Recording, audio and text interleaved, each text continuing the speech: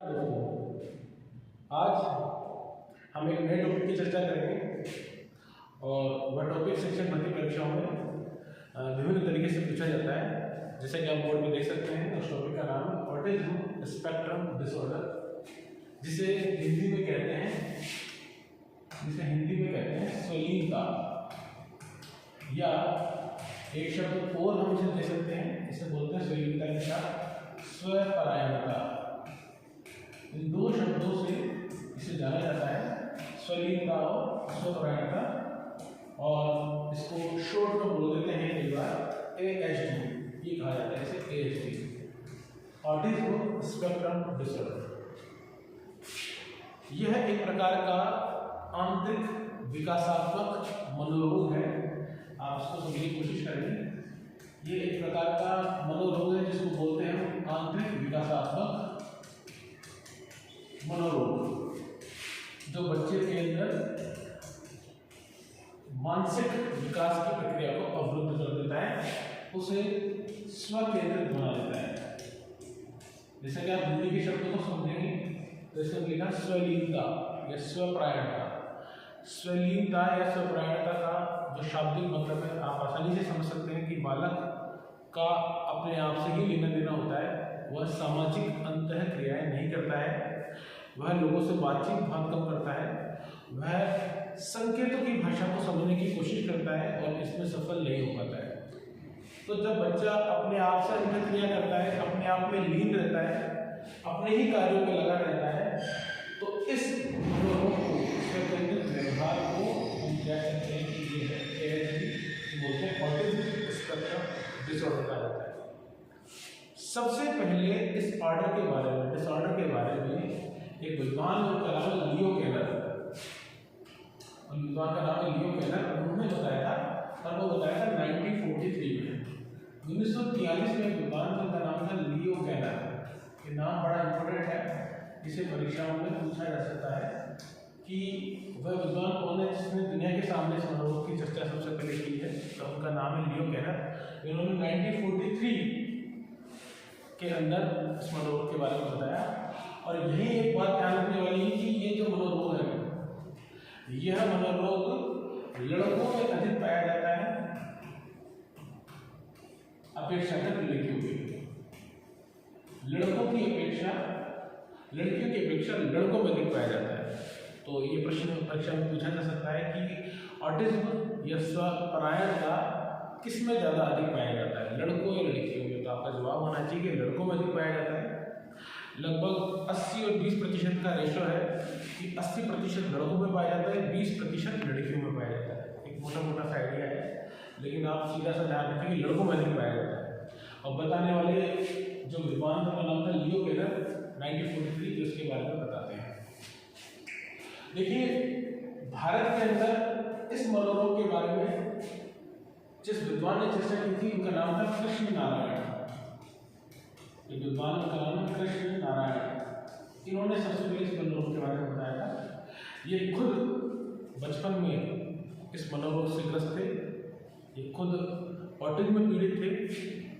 इन्होंने इसको कवर किया, अपने आप को इससे रिकवर किया, और देन चूँकि इस रोग को समझते थे, इसलिए उन्होंने प्रयास किए और एक किताब लिखी, उसका नाम था एक अलग ही आशा। इस नाम से किताब लिखी उन्होंने, एक अलग ही आशा। इस नाम से बुक लिखते हैं कृष्ण नारायण। और ये किताब लिखने के बाद में भारत के अंदर इस ऑटिज्म पर चर्चा शुरू होती है, ऐसा माना जाता है। तो ओवरऑल बात करेंगे तो इसके दो नाम स्वलीनता और स्वपरायणता है। शॉर्ट में बोलते हैं ASD, ऑटिज्म स्पेक्ट्रम डिसऑर्डर। देने वाले, जो बताने वाले हैं, वो सबसे पहले विद्वान लियो केलर 1943 में इसके बारे में बताते हैं। और ये जो मनोरोग है वो लड़कों में अधिक मिलता है, लड़के में कम पाया जाता है। इसके अलावा भारत के अंदर बात करें तो भारत में विद्वान का नाम है कृष्ण नारायण, जो बुक है, एक किताब है, उसका नाम है एक अलग ही आशा। यहाँ तक की बातें अगर आपको समझा नहीं, हम आगे बढ़ते हैं। देखिए,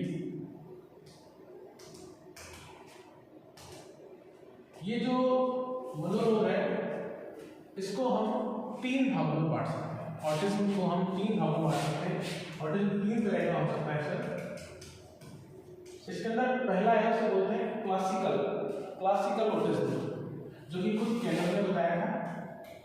स्कैनर ने जो ऑटिज्म बताया था उसको बोलते हैं क्लासिकल ऑटिज्म कहा जाता है। और क्लासिकल ऑटिज्म की जो एक प्रमुख विशेषता है वो है कि इसमें बालक के संप्रेषण में समस्या होती है, कम्युनिकेशन में। यदि बालक में संप्रेषण की समस्या पाई जाती है तो इसे माना जाता है क्लासिकल ऑटिज्म, जो कि ल्यूकेनर ने बताया था। इसे क्लासिकल ऑटिज्म कहते हैं।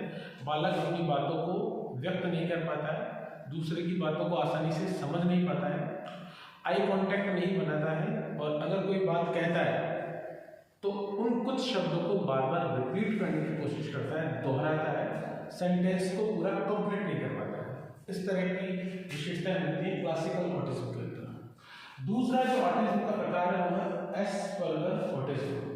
जो विद्वान का नाम था हंस एस्पर्गर, उन्होंने बताया था। और ये जो बच्चे होते हैं जिनमें एस्पर्गर ऑटिज्म पाया जाता है वो वे बच्चे होते हैं जिन बच्चों के अंदर सामाजिकता में कमी पाई जाती है, जो सोशल इंटरेक्शन नहीं करते हैं। ऐसे बालक जो सोशल इंटरेक्शन नहीं करते हैं उसे कहते हैं एस्पर्गर ऑटिज्म।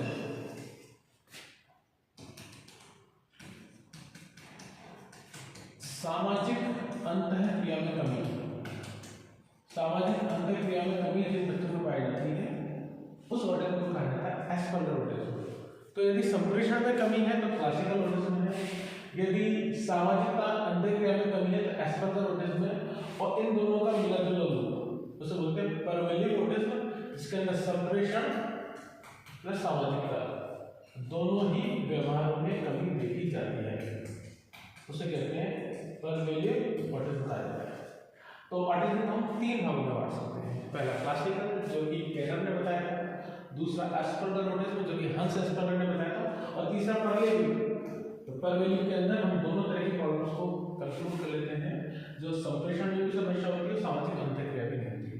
सामाजिक अंतःक्रिया में वही बात है कि यह जो बालक होगा वह आई कांटेक्ट नहीं करेगा और लोगों से मिलनसारता में कमी होगी, अंतर्मुखी टाइप का होगा और अपने आप में ही बातें करना, बातों को दोहराने वाला और अकेले अकेले खेलने वाला बालक होगा, सामाजिक अंतःक्रिया करा देगा, एस्पर्गर ऑटिज्म है। इसके अलावा यदि ऑटिज्म में बात करें कुछ बातों की, तो कुछ फैक्ट्स जिन पर प्रश्न पूछे जा सकते हैं। जो मैंने आपको पहला फैक्ट तो आपको बता ही दिया था कि सबसे पहला फैक्ट तो इसके बारे में किसने बताया, तो ल्यूकेनर ने बताया। इसके अलावा भारत में किसने बताया, कृष्ण नारायण ने बताया। लड़के या लड़के में किस में अधिक मिलेगा, तो लड़कों में अधिक मिलेगा। और दो नाम होते हैं इसके, स्वलीनता और स्वपरायण। शॉर्ट बोलेंगे उसको एसटी, ऑटिज्म स्पेक्ट्रम डिसऑर्डर। एक जो आपको बात ध्यान रखनी है वो ध्यान रखनी है कि ऑटिज्म का जो पता चलता है वो 3 वर्ष की आयु के बाद पता चलता है। 3 वर्ष की आयु के बाद ऑटिज्म के बारे में जानकारी हो पाती है। ऑटिज्म के बारे में पहले पता नहीं चलता है, क्योंकि बालक क्या है कि कल्पना जगत में विचरण करता है, जो शिशुअवस्था में होता है, वो अपने आप से खेलता रहता है, वो अपने आप से बातें करता रहता है, तो आप ऑटिज्म को डिफरेंशिएट नहीं कर सकते। लेकिन जब बालक 3 वर्ष का हो जाता है, 3 वर्ष में भी एक आयु बताते हैं 30 माह। 30 माह के बालक में आप डायग्नोस कर सकते हो ऑटिज्म है या नहीं है। आपसे प्रश्न पूछा जाए कि किस वर्ष की आयु के बाद में बालक में ऑटिज्म का पता चलता है, तो आपका जवाब होना चाहिए 3 वर्ष की आयु के बाद बालक को पता चलता है ऑटिज्म है या नहीं है। इसके अलावा आपको ध्यान रखना है कि हम बात करेंगे कि एक डेट आपको ध्यान रखनी है, वो डेट है 2 अप्रैल। 2 अप्रैल को मनाया जाता है ऑटिज्म डे। दुनिया भर में ऑटिज्म डे मनाया जाता है कब, 2 अप्रैल को। ये डेट आपसे एग्जाम में पूछी जा सकती है कि ऑटिज्म डे कब से मनाया जाता है, 2 अप्रैल को मनाया जाता है। और ऐसा मनाना शुरू हुआ था 2007 से। 2007 से 2 अप्रैल को मनाया जा रहा है ऑटिज्म डे। तो 3 वर्ष की आयु में इसके बारे में पता चलता है और 2 अप्रैल को वर्ल्ड ऑटिज्म डे मनाया जाता है। इसके अलावा हाल ही में भारत सरकार ने 2016 में एक अधिनियम बनाया है, पुराने अधिनियम को बदलकर उसे बोलते हैं दिव्यांगता अधिनियम 2016। इससे पहले 1995 का अधिनियम चलता था जहां 7 प्रकार की दिव्यांगताएं थी, और 2016 का दिव्यांगता अधिनियम जो लाया गया इसमें लगभग 21 प्रकार की दिव्यांगता है, जिनमें से एक ऑटिज्म है। ऑटिज्म को दिव्यांगता में हाल में शामिल किया गया 2016 में। तो मैं आपको कुछ बातें फिर से रिपीट कर देता हूँ। आपको ध्यान रखना है, छोटा टॉपिक है लेकिन जो प्रश्न आता है उसका आप जवाब दे पाएंगे। पहली बात तो ASD पूछी जाए तो आप बोलेंगे ऑटिज्म स्पेक्ट्रम डिसऑर्डर है। दूसरा पूछा जाए कि इसके हिंदी में क्या नाम हो सकते हैं तो स्वलीनता या स्वपरायणता इसको कहा जाता है। सबसे पहले इसके बारे में किसने बताया था? तो 1943 में विद्वान का नाम है लियो केनर, जिन्होंने बताया था इसके बारे में। और भारत में किसने बताया था? तो व्यक्ति का नाम था कृष्ण नारायण, जिन्होंने इसके बारे में बताया था। और उनकी किताब का नाम था एक अलग ही आशा। कृष्ण नारायण मैंने आपको बताया, खुद ऑटिज्म से पीड़ित थे, उन्होंने रिकवर किया और किताब लिखी। इसमें क्या होता है, बालक का व्यवहार कैसा हो जाता है, स्वकेंद्रित हो जाता है और एक प्रकार से कैसा है, आंतरिक विकासात्मक अवरोध। इस शब्द का ध्यान रखिए, आंतरिक विकासात्मक अवरोध, कोई शारीरिक रोग नहीं है, इंटरनल ब्रेन से रिलेटेड है। अच्छा, इसके लिए एक वर्ड इंग्लिश में कहा जा सकता है neuro developmental disorder, neuro developmental disorder, ये भी डिसऑर्डर, ये भी आपको ऑप्शन में मिल सकते हैं कि ऑटिज्म है, एक है आंतरिक विकासात्मक अवरोध या इंग्लिश में मिल सकता है आपको कैसा होगा, न्यूरो डेवलपमेंट डिसऑर्डर। न्यूरो तो आप जानते हैं और जो ब्रेन की सेल्स होती है न्यूरो बोलते हैं, तो अगर वहाँ पे इशू हो सकते हैं तो फिर आप ऑटिज्म से पीड़ित हो सकते हैं। देन मैंने आपको बताया इसके प्रकारों के बारे में, 3 प्रकार हो सकते हैं इसके ऑटिज्म के। पहला है क्लासिकल, जो केनर ने बताया था, जहाँ बालक संप्रेषण में समस्या महसूस करता है। दूसरा हंस एस्पर्गर ने बताया था, जहाँ सामाजिक अंतर क्रियाओं में प्रॉब्लम होती है। और यदि दोनों ही प्रकार की समस्याएं होती तो होते हैं पर ऑटिज्म कहा जाता है। और अंतिम 2-3 फैक्ट्स आपको अलग से ध्यान रखने हैं, ध्यान रखते हैं कि एक तो लड़कों में अधिक मिलता है, लड़के में कम मिलता है। एक डायग्नोस कब किया जाएगा तो बालक 3 वर्ष की आयु का हो जाएगा।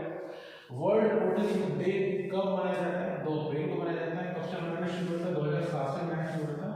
और एक दिव्यांगता दिन 2016 में 21 प्रकार के दिव्यांगता में ऑटिज्म को शामिल किया गया है। और जो भी यहाँ से प्रश्न है उनका जवाब दे पाएंगे आप। बहुत बहुत धन्यवाद, थैंक यू।